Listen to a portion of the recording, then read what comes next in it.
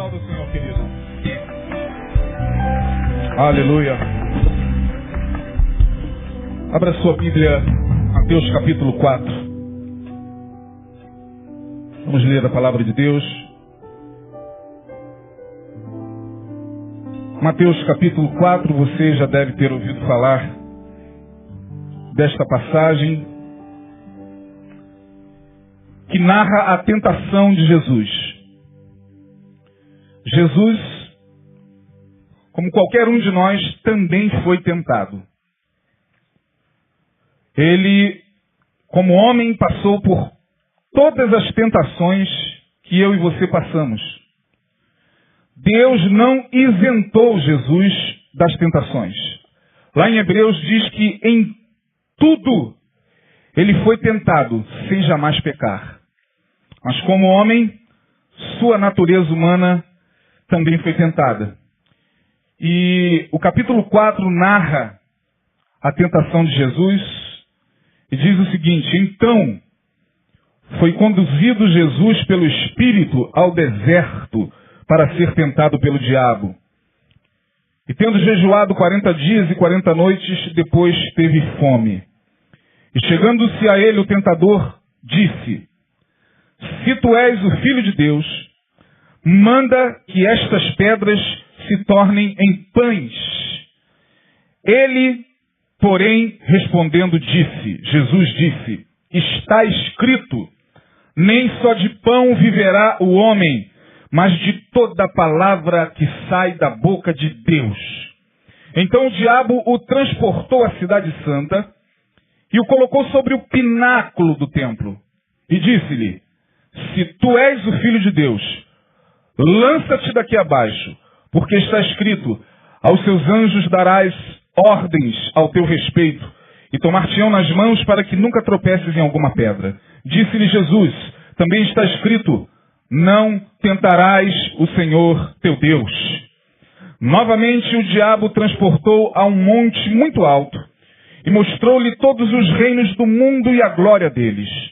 E disse-lhe, tudo isso te darei, se prostrado você me adorar. Então disse-lhe Jesus, vai-te, Satanás, porque está escrito, ao Senhor teu Deus adorarás e só a ele servirás.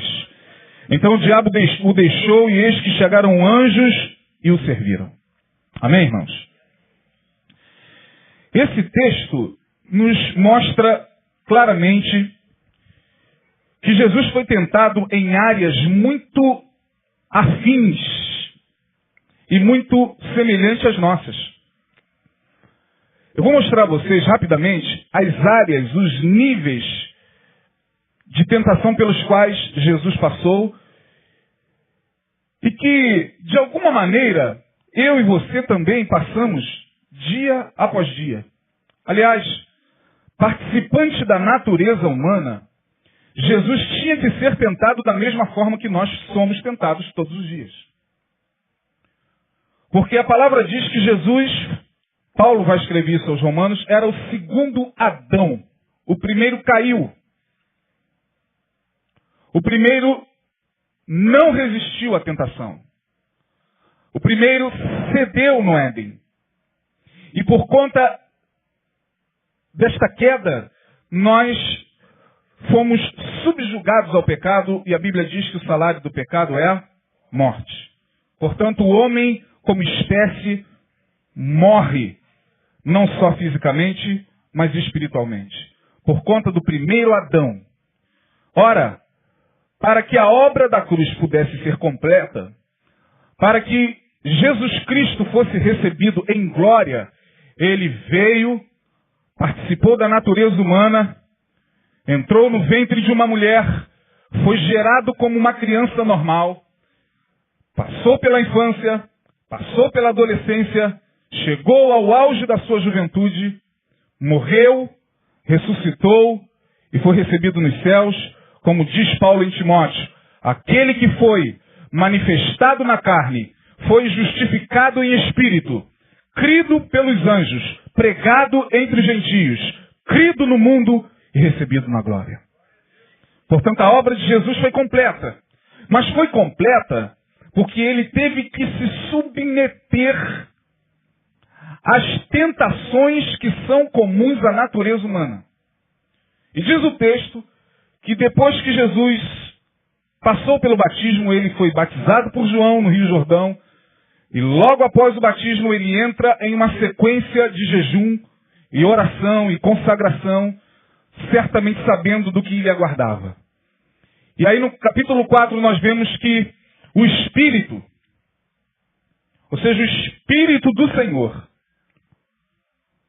a mão do Senhor, a vontade do Senhor, o Espírito do Senhor o conduziu ao deserto. Ele não foi por vontade própria, ele não foi buscar tentação. Ele não foi caçar tentação. Ele não foi dar uma de super-homem, mesmo sendo Jesus. E mesmo tendo passado pelo batismo, mesmo estando em jejum, ele não foi encarar o diabo como se ele, por si próprio, pudesse passar por aquelas tentações. Não. A Bíblia diz que o Espírito o conduziu. É muito diferente de alguns de nós. Nós caçamos tentação. Muitas das nossas tentações são oriundas de atitudes nossas mesmo. Ora, primeiramente nós temos que conhecer profundamente a Deus, temos que ter um mínimo de conhecimento do nosso inimigo e temos que conhecer bem a nós mesmos. Porque se você conhecer bem a Deus e não conhecer bem a si mesmo, a sua vitória não será completa. Se você conhecer bem a Deus, conhecer bem ao teu inimigo e não conhecer bem a si mesmo, sua vitória será incompleta. Se você conhecer bem a Deus, conhecer bem a si mesmo e não tiver o mínimo de conhecimento de quem é o teu inimigo, de contra quem você está lutando, sua vitória será incompleta. Nós temos que nos esforçar todos os dias para conhecer bem ao Senhor, conhecer bem a nós mesmos e conhecer as estratégias do inimigo. Porque senão nós vamos entrar e sair de tentações e provações provocadas por nós mesmos. Depois a gente não pode reclamar. O Espírito do Senhor o conduziu ao deserto. E a gente sabe que deserto é um lugar de solidão. Deserto é um lugar de reflexão. Deserto é um lugar de poucos ou nenhum recurso. No deserto, muito mal se tem água. Em alguns desertos nem água tem. Quando muito um cactus, que é aquela planta que tem uma certa reserva de água para que a pessoa que lá está passando não possa morrer de sede. O deserto também é lugar de purificação. Jesus foi levado ao deserto para ser tentado pelo diabo que já conhecia bem o deserto. Jesus, certa feita, disse o seguinte: quando o espírito imundo, quando os demônios saem de um corpo, eles andam por lugares áridos. Lugares áridos são lugares ermos. O deserto. Então o diabo estava em casa. E o Espírito, quando transporta Jesus e leva Jesus ao deserto, aproxima-se dele o tentador. As duas primeiras tentações do diabo possuem uma lógica perfeita. O diabo é muito inteligente. Engana-se quem pensa que o diabo é burro. Burro somos nós, que achamos que ele é burro. Quem acha que o diabo é burro é o burro. Porque o diabo não é nada burro. A primeira coisa que ele faz, inteligente que é usar a ciência, o ceticismo, as academias, usar o intelectismo para fazer com que as pessoas cada vez mais acreditem que ele não existe. Quer coisa mais inteligente do que isso? Ora, se eu ajo na humanidade, e numa humanidade que não vai acreditar em mim, eu faço a festa, é o que ele está fazendo. E aí quando eu ouço alguém dizer, eu não acredito nesse negócio de diabo, de demônio, eu nem entro em discussão. Fico com pena. Peço misericórdia a Deus. Deus tem misericórdia da vida dessa pessoa. Guarda. Porque ele não tem a mínima noção do que é o mundo espiritual. E aí o tentador chega a Jesus, e Jesus foi submetido a 3 tentações, irmãos, que são tentações cruéis, terríveis. Porque essas tentações, elas mostram e explicitam áreas que são comuns a todos nós. E nessas 3 tentações nós encontramos lutas, pressões, questionamentos, perturbações que atingem a mim e a você todo dia. Vamos ver. A primeira tentação de Jesus, que foi uma tentação maestral. O diabo chegou com maestria. Chegou com brilhantismo. Ora, o texto diz que Jesus havia jejuado quantos dias? 40. E disse que ele estava com... Quem está com fome precisa o quê? Responda mais alto. Se você está com fome agora, você quer o quê? Comer. Quer lógica maior do que essa? O diabo chega até Jesus e diz o seguinte: está feia a coisa aí, meu filho? E Jesus está com fome, desfalecido. Minha gente, imagine que 40 dias sem comer. Tem gente que morre em 3 dias. Tem gente que nem consegue. Vai dando meio-dia, né? Vai depender de cada um, do organismo de cada um. Mas eu conheço pessoas que, meu Deus do céu, se ficar sem almoçar, morre, literalmente, desfalece. É o organismo, é a capacidade fisiológica de cada um, né? Mas Jesus estava 40 dias, diz o texto, em jejum. E aí o diabo chega e diz: eu tenho uma proposta boa para você. Nós estamos aqui no deserto. Como você está vendo, o deserto não tem padaria, não tem padeiro nenhum por perto. Mandar alguém trazer pão para você vai demorar muito, até lá talvez você esteja desfalecido. Portanto, olha a sutileza. Está vendo aqui essas pedras? Manda que essas pedras se transformem em pães. Você não é o filho de Deus? Você não é o filho de Deus? Ainda tenta jogar uma pontinha de dúvida. Jesus estava começando o seu ministério. Estava no início do seu ministério. E o diabo tenta jogar uma pontinha de dúvida. Ó, é agora. Você é o filho de Deus? Manda que essas pedras se transformem em pães. Que tentação é essa? A que se refere essa tentação e por que ela tem a ver comigo e com você? Bom, quando eu estou com fome, eu como. E você? Quantos comeram hoje? Levante a mão. Quantos almoçaram hoje? Bem. Quantos vão jantar? Vão encher a barriga de comida até sentar depois no sofá e ver o Vasco perder. Você nem vê o jogo, né? Come tanto que amanhã tem outro dia de trabalho e você já está dormindo. Tem gente que come muito, né? E aí, bom, quem está com fome, come. Se eu estiver com fome, eu vou comer. Mas essa primeira tentação de Jesus é muito sutil. O que o diabo está querendo provocar na psique de Jesus? A absolutização do desejo. Repita comigo. Absolutização. Mais uma vez. Absolutização do desejo. Bom, em outras palavras, o teu desejo no momento é o quê? Comer. Então coma. O que te impede? A pergunta é: qual é o teu desejo? Qual é o desejo que está pululando em nós todos os dias? É comida? É sexo? É vontade de soltar a franga? Qual é o desejo? O de Jesus era fome, qual é o nosso? E nós temos que aprender a identificar o nosso desejo. Porque se a gente não identificar o nosso desejo, nós não vamos vencer as tentações. Jesus sabia que ele estava com fome. Jesus não era nenhum idiota. E o teu desejo, irmão? Então a primeira tentação é a absolutização do desejo. Ou seja, preste bem atenção, hein?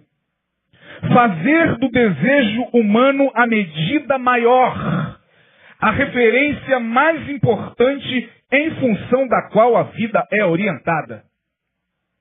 Tem pessoas cuja vida é orientada pelo desejo. Tem pessoas que em suas cabeças há o seguinte pensamento: o que eu desejar é o que eu vou fazer. A absolutização do desejo nada mais é do que entrar em uma dimensão carnal, puramente carnal, onde o desejo fala mais alto do que a consequência.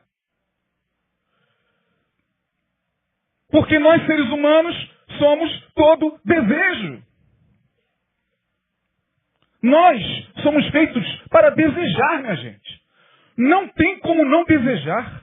A gente deseja mil coisas. A gente deseja um carro novo, a gente deseja uma casa própria, a gente deseja a mulher do próximo, a gente deseja os bens do próximo, a gente deseja, enfim, sexo, a gente deseja comida, a gente deseja bebida, a gente deseja...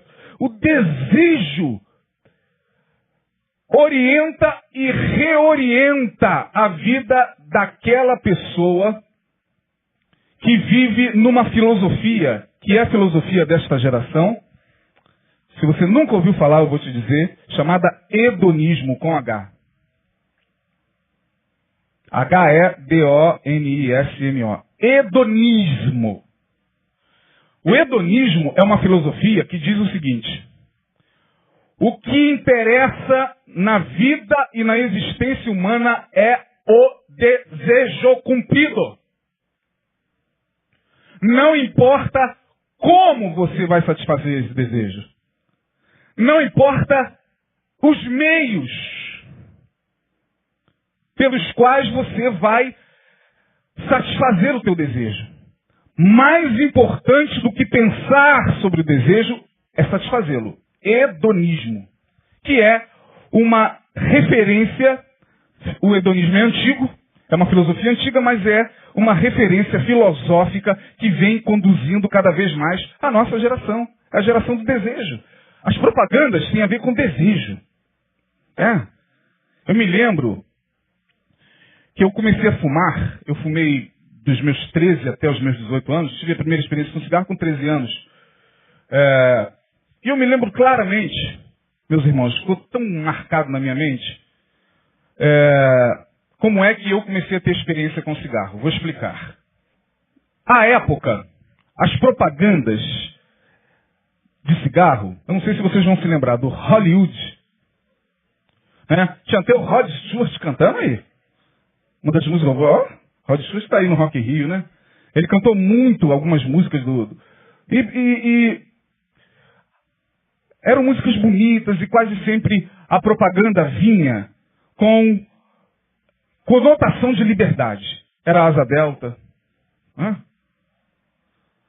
Era aquela asa delta. Uma música linda, que eu me lembro claramente. Lembra disso? Não. Asa delta. Aí no final, Hollywood. Sucesso. E era asa delta. Era cavalo, pessoa montando em cavalo, Mustang. Lembra do Mustang? Marlboro. Você fumou também, né? Se entregando aí, viu? Tô brincando. Era o Marlboro, era cavalo. Não é isso? Lancha. O que a propaganda estava querendo dizer? Você que vive em um enquadramento social. Nós vivemos um enquadramento social, porque nós vivemos primeiramente na prisão que é a nossa casa. Prisão, entre aspas. Você vive dentro de 4 paredes. De manhã você sai, tem um pouquinho só de liberdade, daqui a pouco está preso de novo, ou no metrô, ou no carro, ou no ônibus, ou no trem. Aí vai, preso, salta, chega no trabalho, para quem não pega uma segunda condução, e está preso de novo, 8 horas. E para voltar, sai da prisão, da clausura do trabalho, anda um pouquinho na rua, ônibus, preso. Salta, caminha um pouquinho, chega em casa, está preso. Liga a televisão, as propagandas de liberdade. Olha a mensagem subliminar entrando no seu consciente. Asa delta, lancha no mar, e o cigarro dizendo para você o seguinte: o teu desejo é o quê? Liberdade. É isso que a propaganda quer dizer. Portanto, se você fumar, você terá liberdade. É o desejo. Essa primeira tentação de Jesus é a tentação do hedonismo. O diabo sutilmente, inteligentemente está dizendo: não é nem momento de você raciocinar. O que teu corpo está pedindo? O teu corpo quer? O teu corpo deseja? O teu corpo pede? Então faça! Faça! Rompa todas as leis, todos os princípios, rompa a ética, rompa com aquilo que você internalizou durante tanto tempo de valores morais, espirituais. Rompa com tudo, cumpra o teu desejo. Imagine, fico olhando Jesus assim parado.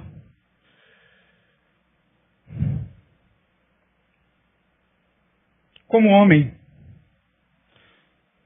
Você não está errado, não. Então, meu amigo, vai lá. Mande que essas pedras se transformem em pães. Você é o Filho de Deus. Aí Jesus olha para ele, coça a cabeça e diz: é verdade, eu posso mandar essas pedras se transformarem em pães.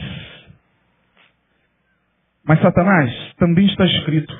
Ô diabo, peraí. O que está escrito? Que nem só de pão vive o homem, mas de toda palavra que sai da boca de Deus. Ele recua. Mas não desiste. A absolutização do desejo não dá certo. Dá certo com muitos de nós. Porque nossas vidas são estragadas muitas vezes pelo desejo. Nossos casamentos são destruídos pelo desejo. Nossas amizades são rompidas pelo desejo. Nossa espiritualidade, ela é extremamente danificada pelo desejo. Como isso dá certo, irmãos, conosco? Mas não deu com Jesus. E aí ele avança. Não deu certo com a absolutização do desejo. Ele vai para a segunda tentação, que é a absolutização do desejo, não mais do corpo, mas do desejo da fama, do sucesso. Olha aí no verso de número 6, que coisa interessante. Ele diz, primeiro diz que o diabo transportou até a cidade santa, o colocou sobre o pináculo do templo e disse-lhe, bom, então vamos ver, a cena é a seguinte: Jesus é levado pelo diabo. Ele se deixa levar. Vamos lá que eu vou te mostrar uma coisa. Jesus vai. O diabo coloca no pináculo do templo, ou seja, na parte mais alta. Eu já vi aquele... Imagina o templo de Jerusalém, aquela estrutura construída por Herodes, reerguida por Herodes, considerada uma das maiores maravilhas do mundo antigo. Não das 7, mas uma grande maravilha do mundo antigo, o templo de Herodes. Jesus colocou, o diabo colocou Jesus na ponta. Lá embaixo, as pessoas entrando no templo. E o diabo se coloca ao lado de Jesus. E diz o seguinte: lança-te daqui abaixo. Aí tem gente que lê esse texto, eu já vi muita gente pregar nesse texto falando que o diabo estava querendo que Jesus se suicidasse. Não, irmão. Jesus não estava passando por depressão naquele momento. Jesus não estava querendo tirar a sua própria vida. Não foi uma proposta de suicídio. O diabo não seria burro de mandar Jesus se estabacar lá embaixo. Ah, porque o diabo mandou Jesus se suicidar. Não, não foi isso. A tentação foi mais sutil. A tentação foi muito mais capciosa, muito mais subliminar. Ou seja, vá para o pináculo do templo.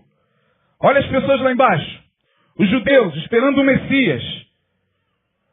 Todos os profetas falaram do Messias. Todos estão aguardando o Messias, que há de salvar esse povo. É agora. Pula do pináculo do templo, porque está escrito. Olha só.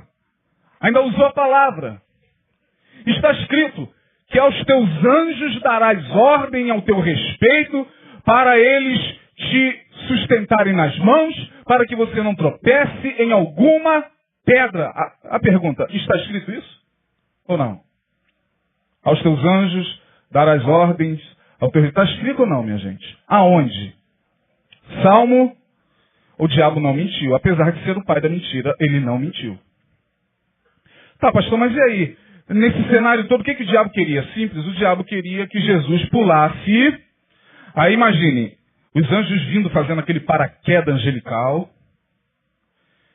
Segura na mão de Jesus e Jesus vem com os anjos descendo e todo mundo olhando e dizendo, é um pássaro?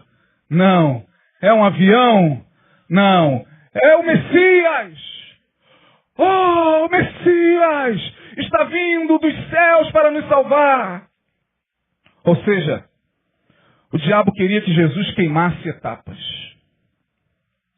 O diabo queria levar Jesus à fama, ao sucesso, queimando etapas. Queima logo etapa, cara. Para que você vai passar pela cruz? Para que você vai sair daqui e ainda vive? Acelera logo esse processo, meu filho. Para que estudar? Para que esquentar a cabeça? Para que ralar noite após noite para esse concurso? Rapaz, eu fiquei sabendo que conseguiram a prova lá do Enem, cara. Olha, vai lá. Estão cobrando 3 mil reais pela prova. Pula logo do pináculo do templo, meu filho. Entra logo nesse esquema. Para que ficar demorando? Para que ficar trabalhando, estudando, orando e aguardando Jesus te abençoar? Olha essa proposta. Está escrito. Essa segunda tentação é a tentação de absolutizar o desejo de fama. Há nesta afirmação um estímulo muito sutil na área da satisfação da autoestima, da autorrealização. Todos nós gostamos e todos nós buscamos autoestima, todos nós buscamos autorrealização. Todos nós buscamos o sucesso em alguma área da vida. Você trabalha, você estuda, você está fazendo faculdade, pretende fazer pós-graduação, pretende crescer na sua empresa, pretende alcançar níveis mais altos. Isso é comum a todos, ou pelo menos a maioria das pessoas que buscam melhorar de vida. Isso não é pecado.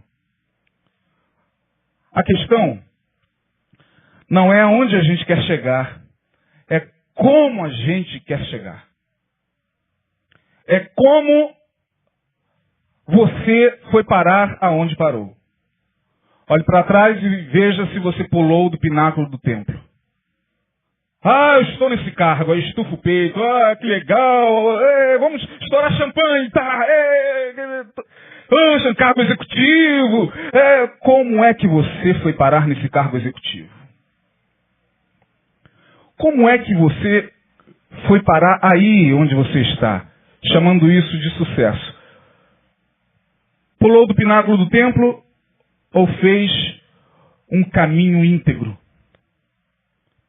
Pula logo! Vai ser legal demais, ó. Os anjos virão e vão te amparar. Imagine, todo mundo vai olhar e vai ver. Ó, é a tentação de alcançar a fama a qualquer custo. É o que a gente vê hoje. É o que eu e você vemos todo dia. Pessoas que perdem a sua dignidade, pessoas que perdem, infelizmente, a sua hombridade porque querem 5 minutos de fama. Pessoas que vendem sua alma. Pessoas que são esculachadas em plena televisão. Eu fico vendo alguns programas. Eu quero aqui não citar o programa porque a mensagem está sendo gravada. Mas eu fico, meu Deus, como essa pessoa pode se submeter a esse tipo de humilhação por dinheiro?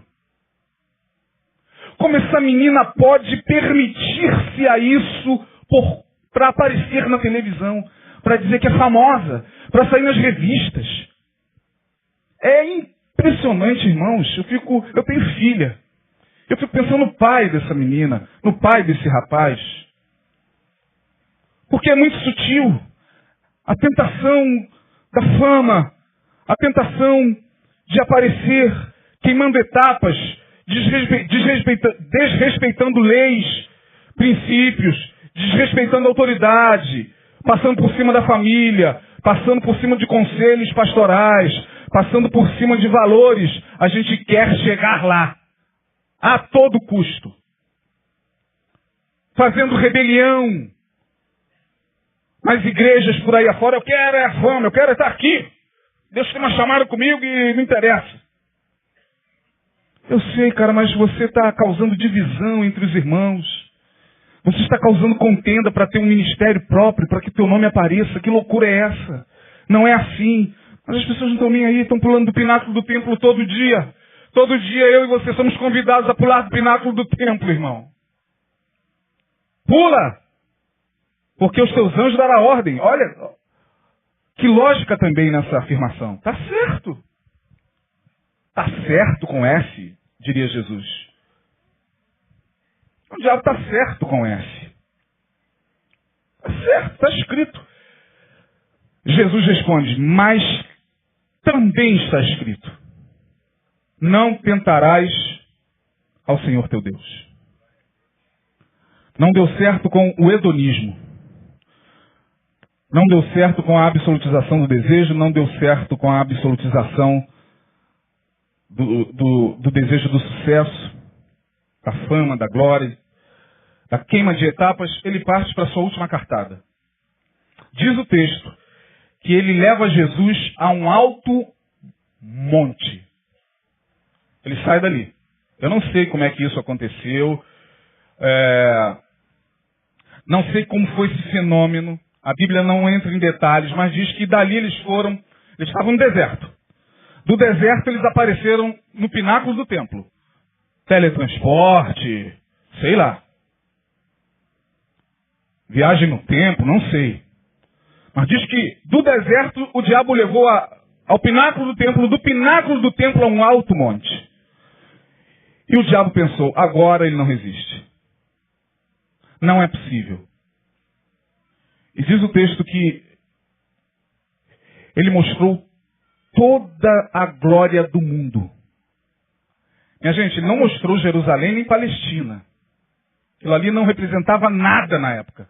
Ninguém nunca ouvira falar naquele tempo da Palestina. A Palestina era um lugar lá desconhecido. As pessoas conheciam a Grécia, Roma, Atenas. Então o diabo não mostrou Jesus em Jerusalém. Diz o texto que o diabo lhe mostrou todas as glórias do mundo. Agora perceba. Que coisa interessante, minha gente. Olha a revelação de Deus aqui.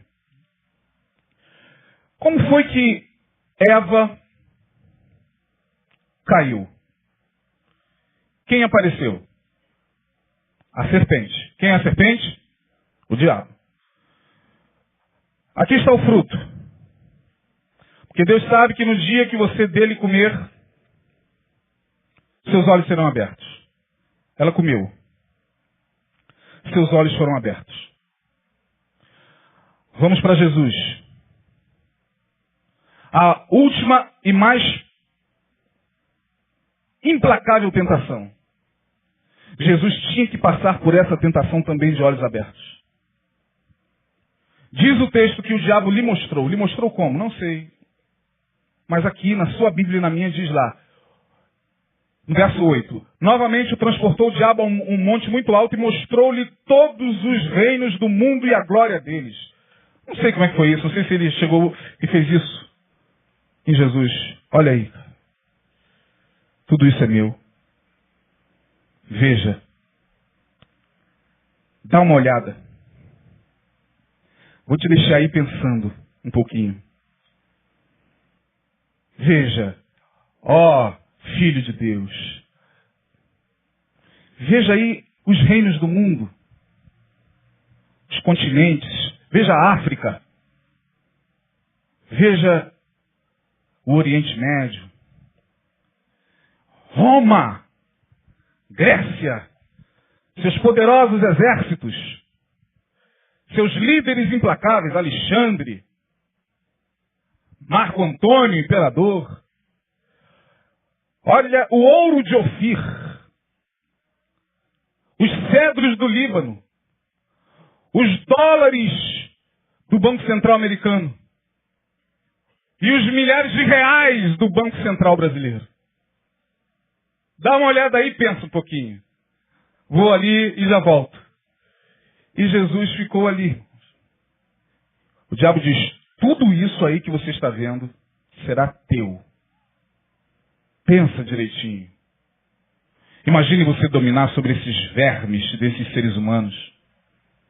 Imagine você implacavelmente pisar na cabeça de todos eles como Alexandre o Grande. Você será maior do que ele. Você será maior do que o imperador romano. Você será maior do que qualquer líder que já passou por esse mundo. Pensa. São os reinos do mundo. Tudo isso te darei. Te darei a glória da terra. Te darei o reino terrestre. Está pensando que foi fácil para Jesus, irmãos? Quando já abriu a maleta, veja, Jesus ficou em silêncio a si mesmo. Um silêncio mortal se fez ali naquele ambiente e o diabo volta e diz, está pensando? Tudo isso te darei, basta apenas um pacto. Você não vai fazer muito esforço. Basta você fazer um pacto. Eu te darei a fama, a glória. Você vai aparecer em todas as mídias. Seu nome ecoará pelo planeta. Sua música tocará nos 5 continentes. Você terá mansões em Beverly Hills a escolher a dedo. Nenhum banco conterá a sua conta de tão alta que ela será. Pensa, filho de Deus. Basta só uma coisa, um pacto. Você se prostra e você me chame de Senhor e tudo é teu. Só isso? Só isso. Não precisa nem se rasgar, não precisa me dar sangue, não precisa botar galinha na encruzilhada, não precisa ir para o cemitério. Foi fácil. Hoje está mais difícil. Hoje o cara tem que matar animal, ir para o cemitério, ir para os lugares macabros, beber sangue de não sei o quê, matar criança inocente, fazer um diabo a 4. Mas para Jesus foi mole. Olha, não vai precisar de nada disso. Só se prostre e diz, tu és o meu Senhor, Satanás. Só isso. E Jesus olha e diz para ele o seguinte, eu já tenho uma decisão. Vai pegar a proposta? Jesus disse, Satanás, arreda-te daqui. Eu vejo que quando Jesus fala, vai-te daqui, o que sai da boca do Filho de Deus, deixa ele arrepiado. Desesperado não pode ser. Não pode ser. Você está rejeitando, não pode ser. Afasta-te daqui. Porque somente ao Senhor Deus adorarás e só a Ele servirás. E diz o texto que quando Jesus olha, só estava ele sozinho. E de repente, os anjos foram chegando. E o serviam. Passou pela tentação. Tentação que muitas vezes às quais temos muita dificuldade de vencer, irmão. O desejo da carne, contra o qual nós temos que lutar todos os dias, acordando, dormindo, levantando e deitando, nós temos que lutar contra os nossos desejos. Senão a gente vai entrar no hedonismo. Sabe de uma coisa? O mundo está acabando mesmo. Daqui a pouco tudo explode, vai cair um asteroide no planeta, na tal da lua de sangue, que já estão falando por aí. Já está todo mundo maluco, já está todo mundo doido. Eu vou viver, eu vou ser feliz, eu vou liberar geral. Libera geral, libera geral, libera geral. Então libera geral. Lembra disso? É isso aí, libera geral, vamos liberar. Que mais na igreja coisa nenhuma, que Deus nada, esperei por Deus esse tempo todo, coisa nenhuma, esse negócio de igreja é uma palhaçada. Cansei de ficar ouvindo pastor pregar baboseira de Deus, de que tem que obedecer a Deus, que lá é tudo 7-1, que lá é tudo um bando de safado, o negócio é liberar, irmão, o negócio é de ser feliz. O meu corpo quer, eu vou dar o que meu corpo quer. Eu quero chegar lá, não interessa. Pai, mãe, não interessa autoridade, não interessa nada que seja espiritual. E aí, para terminar, como o diabo trabalhou nesses 3 desejos com 2 coisas fantásticas. Primeiro, ele relativizou a palavra de Deus. Ele tentou absolutizar o desejo. Ele tentou absolutizar a busca pela fama. Ele tentou absolutizar o poder. A busca pelo poder. Tudo isso te darei. Você será poderoso. Teu nome será poderoso. Teu nome vai brilhar nos neons da vida. Ele não conseguiu. Mas ele fez isso relativizando a palavra de Deus. Está escrito, cara. Está escrito. E tem gente que fala isso mesmo. Está escrito mesmo. Está escrito libera geral lá. Quer ver? Vou achar. A Bíblia vai te dar justificativa para tudo, até para liberar. É só você pegar um versículo isolado e você pode fazer o que você quiser. É só você isolar um versículo, tirar o versículo do contexto, tirar o versículo do seu significado anterior, antecessor. Tira o versículo que você quiser e você vai poder fazer o que você quiser. Tudo com respaldo na Bíblia, eu te garanto. É só você relativizar a palavra de Deus, irmãos. É só você usar a Bíblia a teu favor. Usa a Bíblia a teu favor. É o que muitos de nós fazemos. Para pecar. A gente usa a Bíblia para pecar. A nosso favor. A gente sabe que a gente está pecando, mas a gente, caindo na do diabo, vai relativizar a palavra de Deus. Mas, pastor, também não está escrito lá? Igual aquele pastor lá, não sei de onde, né, que foi entrevistado. Meu filho, o repórter que tinha mais senso do que ele perguntou: meu amigo, por que você pega traça todas as mulheres da tua igreja? Porque Salomão também tinha várias mulheres, então está na Bíblia. Está na Bíblia, irmão. Pedireis tudo que vós fizerdes e vos será feito. Qual é o problema de eu pedir aquele homem que não é meu, aquela mulher que não é minha? Qual é o problema? A Bíblia diz: pedireis tudo o que quiserdes. É só você pegar a Bíblia e colocá-la a seu favor. Não a favor de Deus. A Bíblia é a mãe de todas as heresias, já diz Caio Fábio. Todas as heresias têm justificativa na Bíblia. Todo maluco que está aí pregando maluquice está com a Bíblia aberta. Essas maluquices que a gente vê por aí no Facebook, essas loucuras que tem por essas igrejas aí, os caras estão com a Bíblia lá. Relativizando a palavra de Deus. Então o diabo usou a relativização da palavra de Deus e usou algo tremendo. A manipulação do sagrado. A manipulação do sagrado manda que essas pedras se transformem em pães. Você tem poder. Onde está o poder? Você é crente? Você diz que crente tem poder? Onde está o poder? Invoque esse poder agora. Esse poder está à tua disposição. Esse poder está à tua disposição. Não tem poder nenhum à nossa disposição, irmão. Deixa eu falar uma coisa para você. Não tem poder nenhum à nossa disposição.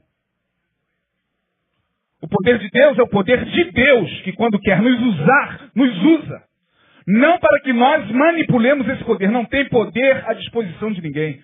Quem tenta manipular o sagrado é bruxo.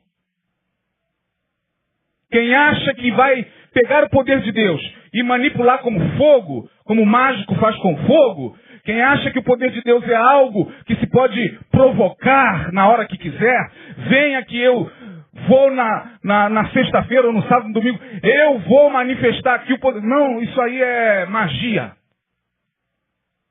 Sabe o que é magia? Procure lá o que é magia. Magia é, com a força da vontade, você manipular os poderes espirituais. Isso é magia. E nós não somos da magia. Nós somos de Jesus. Agora, tem muita gente aí que se diz de Jesus e é mago. Porque o poder de Deus, ele se apropriou do poder e agora o poder é meu. Eu é que vou liberar esse poder sobre você. Eu é que vou liberar. E as pessoas sugestionadas caem. Ele tem poder. Claro. Já entram nesses ambientes sugestionadas, problemáticas, depressivas, cheias de... O cara chega e diz, eu tenho o poder de Deus aqui, ó. Fique de pé. Esse poder agora vai para você. Tá? Isso é manipulação do sagrado. Isso é magia. Jesus não foi mago. Todos os milagres que Jesus fez era para glorificar o Pai. Você pode abrir nos evangelhos. Todas as vezes que Jesus fez milagres, ele nunca fez para benefício próprio, para glorificar a si mesmo. Ele curou os 10 leprosos. Vai lá, apresenta o seu sacerdote, agradeça a Deus. Foi o poder de Deus. O poder de Deus que agiu sobre você. O poder de Deus que te libertou dessa enfermidade. É o poder de Deus. Não é magia. Igreja que fica tentando manipular o sagrado. Líderes que manipulam o sagrado são magos. Pesado o que eu estou falando? Eu me responsabilizo, porque eu sei do que eu estou falando. Pastor, quer dizer que a gente não pode mais orar? Claro que pode. Mas ore entendendo que o poder não é teu, é de Jesus. Pai, em nome de Jesus, que o Senhor possa manifestar o teu poder para libertar essa vida. Agora não, deixa comigo. Deixa comigo que eu resolvo. Não, isso é magia. Manipulação do sagrado. Manda que essas pedras se transformem em pães. Venha, na semana que vem, aqui em Betânia, eu farei com que essas flores se transformem em carne. Alcatra, contra filé. Aos olhos de todos. Isso é magia, irmão. Sangue de Jesus tem poder, isso é magia. Nós somos servos de Deus, Deus nos usa. Deus usa a mim, usa você, usa quem Ele quiser, usa uma criança aqui, ó. Se essa criancinha que está aqui botar a mão na cabeça de um endemoniado, ele vai sair em nome de Jesus gritando. Porque não é a criança, apesar da sua pureza, mas é o poder de Deus que está nela. Você, eu, nós que cremos no poder de Jesus, precisamos entender isso, senão a gente vai ficar atrás dos magos. Terminando. Como vencer, então, essas tentações? Amanhã, talvez eu me depare com a tentação do desejo. Aquela menina bonita. Pastor, está me tentando, está difícil. Pastor, está difícil lá no trabalho. Eu sei, está difícil, eu sei. Não está falando novidade nenhuma, filho. Os caras pensam que estão falando uma novidade. Pastor, sobre tentação, pastor, lá no trabalho. Está demais, eu sou casado, sou fiel, eu quero servir a Deus. Mas está demais, muito. Meu filho... Vá para casa e manda a sua esposa chegar mais junto. Manda, né? Porque tentação tem para você, tem para mim, tem para todo mundo, irmão. Quem disse que nós pastores não passamos por isso toda hora, todo dia? Vocês ouvem nenhum pregar aqui, é todo dia. Você passa pela tentação do desejo todo dia. Você tem que orar todo dia pedindo a Deus, Senhor, tem misericórdia, porque meu corpo quer. O que eu posso fazer se o corpo quer? O corpo quer. Mas não é a vontade de Deus, eu sei. Como Paulo diz, o bem que eu não quero fazer, o bem que eu quero fazer é o quê? Eu não faço. Mas e o mal que eu não quero fazer? É uma guerra que nós vamos ter que lutar com ela até o dia de Jesus, irmão. Pastor, mas a gente vai vencer o gigante. Amém. Quantos vão vencer o gigante aqui? Levante a mão. Amém. Gigante a gente derruba. Espinho na carne a gente leva até o final. Não confunda uma coisa com a outra. Paulo venceu muitos gigantes no ministério dele. Espinho na carne, ele orou, Senhor, minha graça te basta, meu filho. Vai ter que dominar esse centauro que está aí dentro de você, esse bode está aí dando uma rada, querendo pegar todas, querendo beber todas, querendo cair pelas tabelas lá. Você tem que, meu Deus, tem misericórdia. É, só a misericórdia de Deus. Então, como fazer para vencer isso? Primeiro, sempre absolutize a palavra de Deus. Não coloca a palavra de Deus a teu favor, não. Jesus venceu com a palavra. Está escrito? Também está escrito, Satanás. Está escrito? Também está escrito, Satanás. Está tudo lá em Deuteronômio. Não tentarás o Senhor teu Deus. Não só de pão vive o homem. Está tudo em Deuteronômio, capítulo 6. Jesus usou a palavra. Ah, é a palavra? Então use a palavra para glorificar a Deus. Não use a palavra para justificar aquilo que você sabe na tua consciência que não pode ser justificado diante de Deus. Ore. Seja sincero. Deus, olha, o desejo está aqui. Não tem como ele não estar lá nem aqui. Ele está aqui. E o desejo brotou. Não foi o diabo que colocou no meu coração, não. O desejo brotou, como o Senhor conhece, sabe que eu faço parte da natureza humana, da raça adâmica. Seja sincero com Deus, Ele sabe. O Senhor sabe que eu sou um ser caído, redimido, mas caído, então o desejo está saindo pelos poros, Senhor. Mas eu te peço que a Tua palavra me oriente. Que a Tua palavra venha refrigerar minha alma, para que eu não possa pecar contra Ti, pecar contra mim, pecar contra meus princípios. Tenha misericórdia. Agora não adianta, o desejo bate, aí o cara acha que enfurnando-se dentro da igreja, fazendo consagrações e mais consagrações, não, Senhor Jesus tem poder, não é assim, porque quanto mais você pensa no desejo, é obsessão e compulsão, né? Pensamento obsessivo e compulsivo. Quanto mais está amarrado em nome de Jesus, sai, desejo, sai, desejo. Daqui a pouco não dá mais não, eu vou chutar o balde mesmo. É igual aquela história que eu já contei aqui, né? O cara vai para pregar num dia de carnaval, lá no Coreto. Já contei isso aqui? O cara vai pro Coreto, mete um monte de folheto embaixo do braço e vai pregar a palavra de Deus lá no Coreto. Coreto em carnaval, irmão. Você sabe o que é um coreto, né? Você sabe o que é uma batida de carnaval. É uma coisa que arrepia mesmo. Lá vai ele. Aleluia, eu vou lá, em nome de Jesus, vou pregar lá e tal. Ele vai para lá pro Coreto, que estava começando lá por 3 da tarde, mais ou menos. Aí 3 da tarde, Jesus te ama. Jesus te ama. Irmão, tem lugar que Jesus fala assim, não vai não. Fica em casa. Fica em casa. E você sabe que quando você ouve aquela voz lá no fundo, não vai não, porque se você for, você vai cair. Você sabe, tem uns que querem peitar o Espírito Santo. Não, eu estou ungido. Orei. Aí o cara foi, 3 horas, 4 horas, Jesus te ama.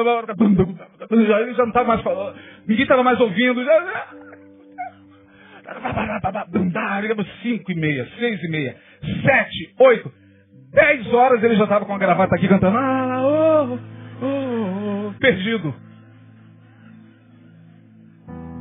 Tem certos desejos que não dá pra gente...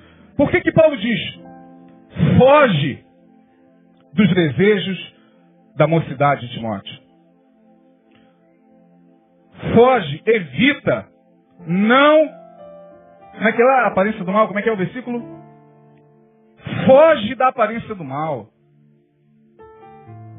Eu, há muitos anos atrás, estudava com um rapaz no seminário. Aí o professor estava falando e tal, conversando e tal, o nosso professor de teologia sistemática, o professor falou assim, Jorge Mar já deu aula aqui. Aí falou, uma vez a minha esposa me chamou para ir num lugar, a gente está ouvindo. E nesse lugar só tinha mulher bonita.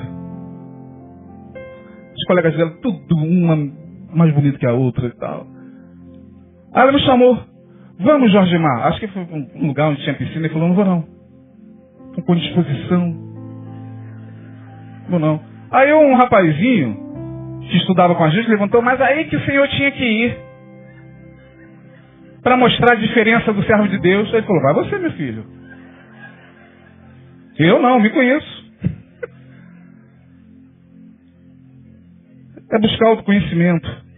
Então absolutize a palavra de Deus. Também está escrito. Segundo, tenha bom senso, irmão. Não pule do pináculo do templo. Todo dia a gente se encontra com crente que pulou do pináculo do templo e depois vem chorando. Por que vem chorando? Porque pulou do pináculo. O diabo falou, pula, ele pula. Pela fé!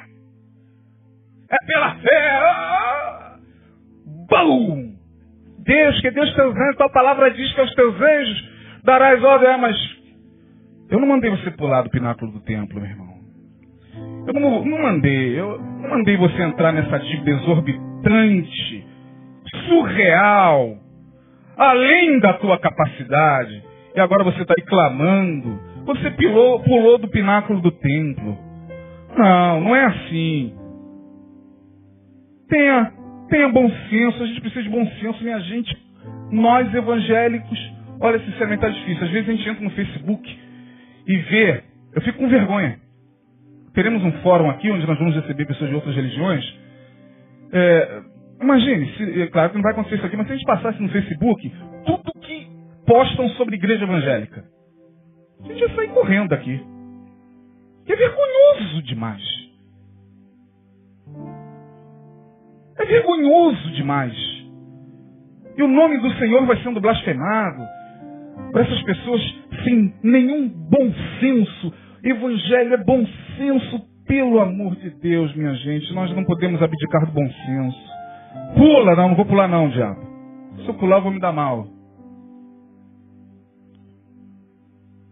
Por último, creia que na mais dura tentação, Deus sempre envia o socorro. Vai-te, Satanás, resistir ao diabo, resistir ao diabo, resistir ao diabo. O que Jesus fez? Resistiu, ele fugiu, o Senhor enviou o socorro. A gente vai resistindo até onde a gente pode, crendo que nós não estamos sozinhos nessa batalha. Os anjos do Senhor estão conosco.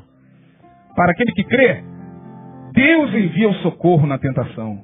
Socorro, ele é bem presente na angústia. Está passando por tentação, irmão? Ô, pastor, vai continuar passando. Está passando por tentação de desejo, vai continuar passando. A guerra é diária. Nós temos que vencer a nós mesmos todos os dias. Na certeza de que essa batalha, muitas vezes, a gente até perde. Mas no dia seguinte a gente tem que se levantar. Mas a guerra, não a batalha, a guerra já está vencida na cruz. Em nome de Jesus. Deus abençoe você. Vamos ficar de pé. Dê um abraço aí no seu irmão. Deseja a ele um bom final de semana. E vamos orar e vamos para casa.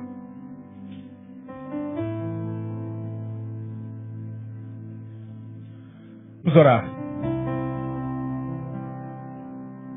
Vamos orar. Senhor, leva-nos em paz. Dá-nos forças.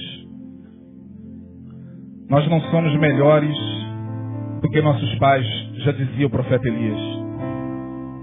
Se Elias foi um homem sujeito às mesmíssimas paixões, quem somos nós? Se o Senhor, quando aqui esteve, foi sujeito às mesmas paixões, que dirá nós, Senhor? Tem misericórdia de cada um daqueles que entendem essa palavra, que percebem, ó Deus, que só em Ti é possível vencer, porque sem Ti nada podemos fazer.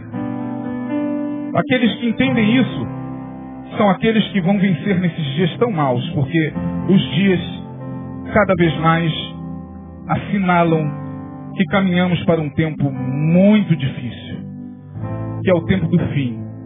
Guarda a tua igreja, guarda teu povo, guarda cada um, que o teu sangue nos cubra e que nós cheguemos em nossos lares guardados debaixo das tuas mãos poderosas.